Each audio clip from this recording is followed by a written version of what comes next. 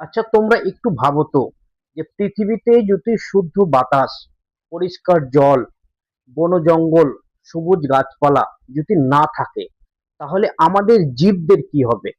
পরিবেশের মধ্যে পৃথিবীতে যত প্রকার জীব রয়েছে তাদের কি হবে? যদি এই বাতাস শুদ্ধ না হয়, পরিষ্কার জল না থাকে, সবুজ গাছপালা না থাকে, তাহলে কি হবে? এটা কখনো ভেবেছো? বা ভেবে দেখো, তখন সেই সময় জীবদের কি মুহূর্ত হবে, বা আমরা যারা জীব রয়েছে জীবেদের কি ক্ষতি হবে। তাই আমরা এই ক্লাসে আলোচনা করব পরিবেশ সংরক্ষণ, এবং এই পরিবেশ সংরক্ষণটা কি, এবং কি কি পরিবেশের যে উপাদানকে আমরা সংরক্ষণ করতে পারি, বা এই সংরক্ষণ করলে, আমরা সংরক্ষণ করলে পরিবেশের কি উপকার হবে। এই সমস্ত প্রশ্নের উত্তর তোমরা এই ক্লাসে পেয়ে যাবে যদি ক্লাসটি শুরু থেকে শেষ পর্যন্ত মনোযোগ সহকারে শোনো এবং নোট তৈরি করো। তাহলে এই পরিবেশ সংরক্ষণ অধ্যায়ের বা পরিবেশ সংরক্ষণের ক্লাসের সমস্ত ধরনের কনফিউশন, সমস্ত ধরনের প্রশ্নের উত্তর তুমি খুব অতি সহজ এবং অল্প সময়ের মধ্যে পেয়ে যাবে। আমরা এই ক্লাসে সম্পূর্ণ আলোচনা করব পরিবেশ সংরক্ষণ সম্বন্ধে। Hello everyone, welcome to a new class. In this class we will discuss about পরিবেশ সংরক্ষণ। কিভাবে আমরা পরিবেশকে সংরক্ষণ করতে পারি, বা পরিবেশ সংরক্ষণটা কি। এক নম্বর প্রশ্ন এটা হবে, এই যে পরিবেশ সংরক্ষণটা কি।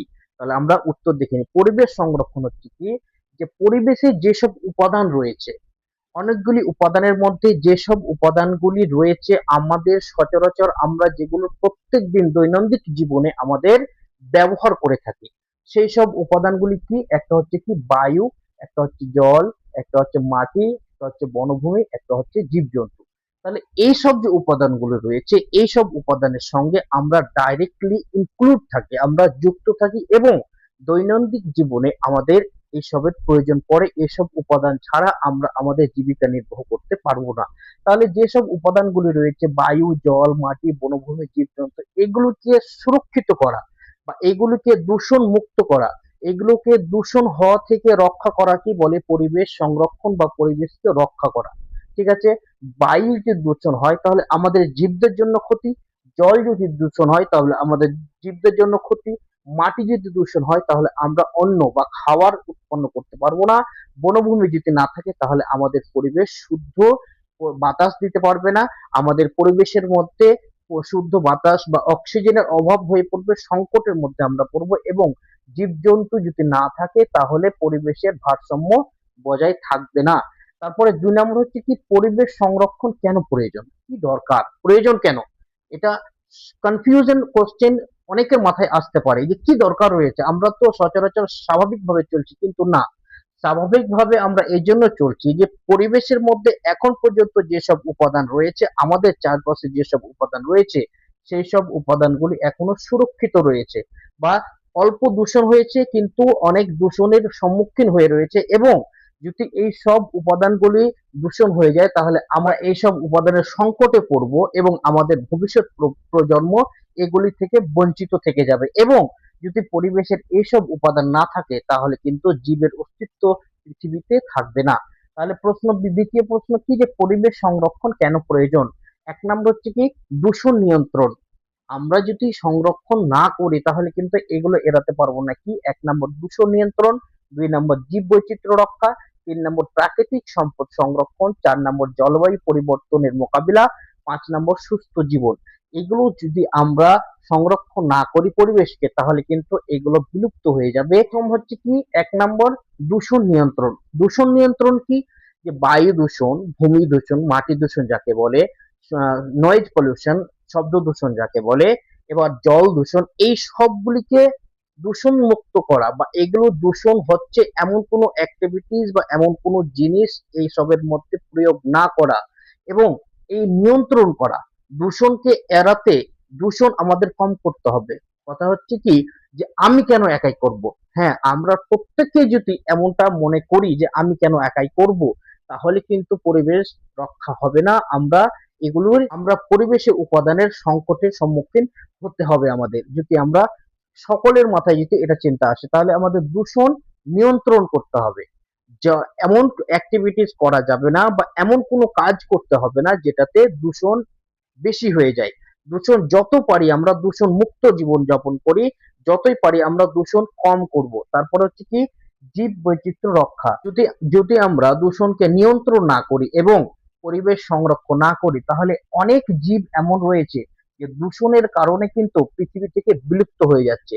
তাহলে কোনো জীব যদি বিলুপ্ত হয়ে যায় তাহলে পরিবেশের ভারসাম্য বজায় থাকবে না। তারপরে হচ্ছে কি প্রাকৃতিক সম্পদ সংরক্ষণ। প্রাকৃতিক সম্পদ বলতে মাটি হয়ে গেল, জল, বায়ু, বনভূমি, এগুলো হচ্ছে কি প্রাকৃতিক সম্পদ। এই প্রাকৃতিক সম্পদগুলিকে সংরক্ষণ করতে হবে আমাদের আমাদের কাজের জন্য বা আমাদের সুবিধার জন্য বা আমাদের জীবিকা নির্বাহ করার জন্য আমাদের প্রাকৃতিক সম্পদ সংরক্ষণ করতে হবে। তারপর হচ্ছে কি জলবায়ু পরিবর্তনের মোকাবিলা। কিভাবে জলবায়ু পরিবর্তন করতে পারি? এই যে এখন ক্লাইমেট চেঞ্জ হচ্ছে, অসময়ে খরা, অসময়ে ঝড়, অসময়ে বৃষ্টি, তো এটা হচ্ছে কি ক্লাইমেট চেঞ্জ, জলবায়ু পরিবর্তন। আর এই জলবায়ু পরিবর্তন হচ্ছে কিন্তু বিশ্ব উষ্ণায়ন বা গ্লোবাল ওয়ার্মিং এর জন্য বা ওজোন স্তরের যে ক্ষয়, এই ক্ষয়ের কারণে কিন্তু এই জলবায়ু পরিবর্তন হচ্ছে। ওজোন স্তর ক্ষয় হচ্ছে কি জন্য? বিশ্ব উষ্ণায়নের জন্য। বিশ্ব উষ্ণায়ন হচ্ছে কি জন্য? দূষণের জন্য। দূষণ হচ্ছে কাদের জন্য? আমাদের মানুষদের জন্য, বা আমরা নিজের হাতে পরিবেশকে দূষণ করে ফেলেছি বা দূষণ করে চলেছি। আরেকটা হচ্ছে কি যে পরিবেশের মধ্যে অতিরিক্ত গ্রিন হাউস গ্যাসের মাত্রা বেড়ে যাওয়ার কারণে কিন্তু এই জলবায়ু পরিবর্তন হচ্ছে। অসময়ে খরা, অসময়ে বৃষ্টি, অসময়ে ঠান্ডা, অসময়ে, এগুলোকে বলে কি জলবায়ু পরিবর্তন। আর জলবায়ু পরিবর্তন হচ্ছে এইসবের কারণে। তারপরে হচ্ছে কি যে সুস্থ জীবন, যদি জলবায়ু পরিবর্তন কন্ট্রোল না হয়, প্রাকৃতিক সম্পদ যদি সংরক্ষণ না হয়, জীব বৈচিত্র্য যদি রক্ষা না হয়, তাহলে কিন্তু আমরা সুস্থ জীবন যাপন করতে পারবো না, আমরা সুস্থ জীবন পাবো না। কেন? কারণ জল যদি শুদ্ধ না হয়, পরিষ্কার জল না থাকে, তাহলে আমরা পান করবো কি? জলের অপর নাম হচ্ছে জীবন। কারণ জল ব্যতীত আমাদের জীবন অতিবাহিত করা অসম্ভব। এবার যদি বায়ু, বাতাস যদি দূষণ হয়, তাহলে আমরা শ্বাসকর্য চালাবো কিসে? অক্সিজেন নিব কোথা থেকে? যদি শুদ্ধ বাতাস না পাই আমরা, তাহলে আমরা অক্সিজেন নিতে পারবো না। অক্সিজেন না হলে জীব বৈচিত্র্য রক্ষা হবে না। অক্সিজেন না হলে কোনো জীব বা কোনো প্রকার জীব জীবিকা নির্বাহ করতে পারবে না। তারপরে হচ্ছে কি সুস্থ জীবন। আমরা পরিবেশের মধ্যে বিভিন্ন ধরনের বিষ, বিভিন্ন ধরনের বিষক্রিয়া, বিভিন্ন ধরনের রং অ্যাক্টিভিটিস এর জন্য আমাদের শরীর দিনের দিন মানুষের সুস্থ জীবন কিন্তু হারিয়ে যাচ্ছে। কিসের কারণে? এই দূষণের কারণে। আমরা যদি প্রাকৃতিক সম্পদগুলিকে সংরক্ষণ করি ঠিকঠাক করে, তাহলে কিন্তু দূষণটা কন্ট্রোল হবে, নিয়ন্ত্রণ হবে এবং আমাদের জীবন সুস্থ হবে। তারপরে প্রশ্ন হচ্ছে কি পরিবেশ সংরক্ষণের উপায়। কিভাবে আমরা পরিবেশকে সংরক্ষণ করতে পারি? এক নম্বর হচ্ছে কি বৃক্ষরোপণ। অতিরিক্ত করে আমাদের গাছ লাগাতে হবে। আমরা সেই ওজোন স্তরের ক্ষয়, দূষণ, বায়ু দূষণ, শব্দ দূষণ, জল দূষণ, মাটি দূষণ, এই সমস্ত দূষণগুলো যে আমরা ক্লাস করেছি, তোমরা চাইলে প্লেলিস্ট থেকে ক্লাসগুলো দেখতে পারো। সবগুলোতে একটা রয়েছে কমন, সেটা হচ্ছে কি বৃক্ষরোপণ, গাছ লাগানো, গাছ রক্ষা করা, সবুজ উৎপন্ন করা। ঠিক আছে? তাহলে যদি আমরা এই বৃক্ষরোপণ করি, তাহলে আমাদের যে অ্যাক্টিভিটিজ এর জন্য পরিবেশ যে দূষণ হচ্ছে, এই দূষণটা অনেকটা নিয়ন্ত্রণ করা যেতে পারে। ২ নম্বর হচ্ছে কি বন সংরক্ষণ। আমরা আমাদের লাক্সারিয়াস লাইফকে অতিবাহিত করার জন্য বা লাক্সারিয়াস জীবনযাপন করার জন্য আমরা বনকে সংরক্ষণ করি না। বরঞ্চ বনকে উজাড় করে দিয়ে আমরা সেখানে মাল্টি কমপ্লেক্স বানাচ্ছি, বিল্ডিং বানাচ্ছি, আরো অনেক অনেক এটসেট্রা এটসেট্রা ফ্যাক্টরিজ করছি, শিল্প উন্নয়ন করছি বন জঙ্গল কেটে। তো আমাদের বনকে সংরক্ষণ করতে হবে। তারপর দূষণ নিয়ন্ত্রণ। এই যে বায়ু দূষণ, শব্দ দূষণ, জল দূষণ, মাটি দূষণ, এগুলো দূষণ হচ্ছে আমাদের কাজের জন্য। তো এমন কিছু কাজ করতে হবে যেটাতে দূষণটা কম হয়, মাত্রাটা কম হয়, যেন পরিবেশ সেটাকে মোচন করে দিতে পারে এবং এমন অল্প পরিমাণে আমাদের দ্বারা যেন দূষণ হয়, যেন পরিবেশ বা গাছ সেটাকে শুদ্ধ করে দিতে পারে। তারপরে হচ্ছে কি যে প্লাস্টিকের ব্যবহার কমানো। এখানে একটা প্রশ্ন আসছে, অসম্ভব, আমরা প্লাস্টিকের ব্যবহার কমাতে পারবোই না। প্রশ্ন আসতে পারে, স্বাভাবিক। কারণ আমরা সকালে ঘুম থেকে উঠে নিয়ে রাত্রে বিছানা যাওয়া পর্যন্ত সব জায়গাতে আমরা প্লাস্টিকের ব্যবহার করে চলেছি, অনবরত প্লাস্টিকের ব্যবহার করছি বা প্লাস্টিকের সাথে আমরা যুক্ত রয়েছি। তাহলে প্লাস্টিক ব্যবহার কমাতে হবে। কিভাবে কম হবে? আমরা ইকো ফ্রেন্ডলি সিস্টেম যে রয়েছে বা পরিবেশ ক্ষতি হবে না এমন কোনো জিনিস ব্যবহার করতে হবে। প্লাস্টিকের পরিবর্তে মাটির ব্যবহার করতে হবে। কি হবে? এখন অনেক ধরনের আসবাবপত্র থেকে শুরু করে নিয়ে বাসনপত্র পর্যন্ত প্লাস্টিকের ব্যবহার। তো সেই সব বাসনপত্র আমাদের মাটি তৈরি করতে হবে, যেটা সেই প্রাচীন যুগে বা ইতিহাসে আমরা যখন যাই তখন ইতিহাসে দেখতে পাওয়া যায় যে মানুষ কি ধরনের মাটির ব্যবহার করতো, কি কি ভাবে মাটির ব্যবহার করতো, মাটির বাসন বানাতো, মাটি দিয়ে ঘর বানাতো, মাটি দিয়ে অনেক ধরনের খাওয়ার পাত্র বানাতো। তো ওইসব আমাদের আবার ফিরিয়ে আনতে হবে এবং প্লাস্টিকের ব্যবহার বর্জন করতে হবে এবং আমাদের ইকো ফ্রেন্ডলি বা পরিবেশের ক্ষতি হবে না এমন কোনো জিনিস পদার্থ ব্যবহার করতে হবে। তাহলে আমরা যদি চেষ্টা করি তাহলে প্লাস্টিকের ব্যবহার আমরা বর্জন করতে পারবো এবং প্লাস্টিকের বিকল্প যে ব্যবস্থা রয়েছে সেই বিকল্প ব্যবস্থাকে যদি গ্রহণ করি তাহলে আমরা প্লাস্টিকের ব্যবহার কম করতে পারবো। তারপরে ৫ নম্বর হচ্ছে কি পূর্ণ ব্যবহার জিনিস, যেটাকে বলে রিসাইকেল। রিসাইকেল বলতে এমন একটি প্রক্রিয়া যেটাতে কোনো জিনিসকে দ্বিতীয়বার ইউজ করা যায়, দ্বিতীয়বার ব্যবহার করা যায়। ওটাকে বলে কি পূর্ণ ব্যবহার বা রিসাইকেল। যে কোনো একটি জিনিস আমি ব্যবহার করলাম, আমার কাজ হয়ে গেল, সেই জিনিসটাকে আবার রিসাইকেল করে আবার প্রক্রিয়াজাত করে সেটাকে আবার দ্বিতীয়বার ব্যবহার করা যাবে। এরকম কোনো প্রক্রিয়া আমাদের গ্রহণ করতে হবে যেসব জিনিসগুলো রিসাইকেল করা যায় বা যেসব জিনিসগুলোকে পুনরায় আবার ব্যবহার করা যায়। তারপরে ৬ নম্বর হচ্ছে কি যে নবায়নযোগ্য শক্তি অর্থাৎ সৌরশক্তি, জৈব শক্তির ব্যবহার। এগুলো ব্যবহার করলে কি হবে, সৌরশক্তি বা জৈব শক্তি যদি আমরা ব্যবহার করি তাহলে পরিবেশ দূষণের মাত্রাটা অনেক কমে যাবে এবং দূষণ অনেকটা নিয়ন্ত্রণের মধ্যে চলে আসবে। তারপরে ৭ নম্বর হচ্ছে কি জনসচেতনতা অর্থাৎ লোকজনকে জানানো, যেনারা জানেন না যে বিষয়ে যে কিভাবে দূষণ কন্ট্রোল করতে হয়, কিভাবে প্রাকৃতিক সম্পদ প্রাকৃতিক উপাদানগুলিকে আমাদের রক্ষা করতে হয়, এসবের মানুষকে পরামর্শ দিতে হবে, এসবের মানুষকে সচেতন করতে হবে, যেনারা জানেন না তেনাদের জানাতে হবে। তারপরে ৪ নম্বরের অপশন যেটা হচ্ছে সেটা হচ্ছে টেকসই উন্নয়ন কি, মানে কোন এমন উন্নয়ন যেটা লম্বা সময় ধরে অনেক সময় ধরে যেটা টিকে থাকবে সেটাকে বলে কি টেকসই উন্নয়ন। তাহলে এর ব্যাখ্যা কি বলছে যে বর্তমানে প্রজন্মের চাহিদা পূরণ করার পাশাপাশি ভবিষ্যৎ প্রজন্মের প্রয়োজন যাতে ক্ষতিগ্রস্ত না হয় সেই ধরনের উন্নয়নকে টেকসই উন্নয়ন বলা হয়। অর্থাৎ আমাদের দ্বারা যে দূষণটা হচ্ছে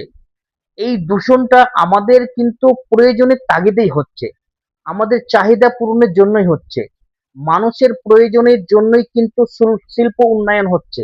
কারণ মানুষের প্রয়োজন দিনের দিন বেড়ে চলেছে। তাহলে দিনের দিন প্রয়োজন যদি বাড়ে তাহলে প্রয়োজনীয় জিনিসপত্রগুলি তৈরি করতে হবে বেশি করে। আর প্রয়োজনীয় জিনিসপত্র তৈরি হবে কোথায়, ফ্যাক্টরিতে। প্রয়োজনীয় জিনিসগুলো তৈরি হবে শিল্পতে, কলকারখানাতে। তাহলে আমাদের চাহিদা পূরণের জন্যই বা আমাদের প্রয়োজনের তাগিদে কিন্তু শিল্প উন্নয়ন এবং বিভিন্ন ধরনের জিনিসপত্র। তাহলে এই আমাদের চাহিদা পূরণ করতে গিয়ে যেন ভবিষ্যৎ প্রজন্মের ক্ষতি না হয় এটা আমাদের মাথায় রাখতে হবে এবং এমন উন্নয়ন করতে হবে যে আগামী প্রজন্ম বা ভবিষ্যৎ প্রজন্মের কোনো ক্ষতি হবে না বা ভবিষ্যৎ প্রজন্ম সব উন্নয়ন থেকে আমরা যেমন সুবিধা ভোগ করছি আমাদের ভবিষ্যৎ প্রজন্ম যেন সেখান থেকে স্বাভাবিক প্রয়োজন ভোগ করতে পারে, এমন উন্নয়নকে বলা হয় টেকসই উন্নয়ন।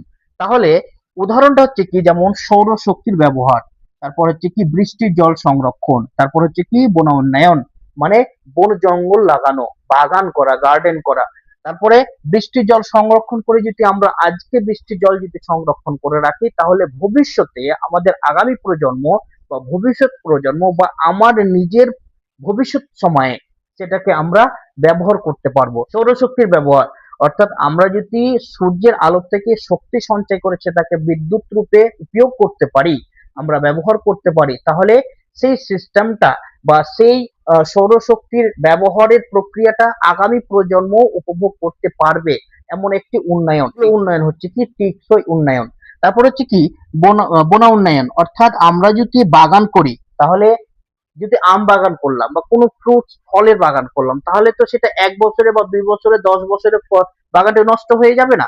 সেটা লম্বা সময় ধরে আগামী প্রজন্মের প্রজন্ম সেটা থেকে উপভোগ পাবে, লাভ উপভোগ করতে পারবে। তাই এইসব উন্নয়ন আমাদের করে রাখতে হবে, তাহলে আমরা এই প্রাকৃতিক সম্পদ বা পরিবেশকে সংরক্ষণ করতে পারবো, প্রাকৃতিক সম্পদগুলোকে সংরক্ষণ সেভ করে রাখতে পারবো। তাহলে এই ক্লাসে আমরা জানলাম যে পরিবেশ সংরক্ষণটা কি এবং কি কি করলে আমরা পরিবেশ সংরক্ষণ করতে পারবো, পরিবেশের যে উপাদানগুলি রয়েছে সেই সব উপাদানগুলি আমরা সংরক্ষণ করতে পারবো এবং সেই সব উপাদান আমাদের শুধু বর্তমানে প্রয়োজনের তাগিদে না সেটা যেন ভবিষ্যৎ প্রজন্মের ব্যবহারের উপযোগী হয় সেই ধরনের উন্নয়ন আমাদের করতে হবে, সে ধরনের অ্যাক্টিভিটি আমাদের করে রাখতে হবে।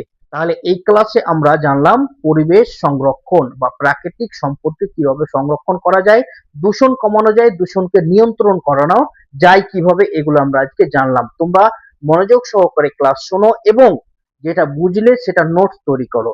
তাহলে তোমার এই ক্লাস দেখা সার্থক হবে এবং এই ক্লাস এক্সাম ফ্রেন্ডলি হবে।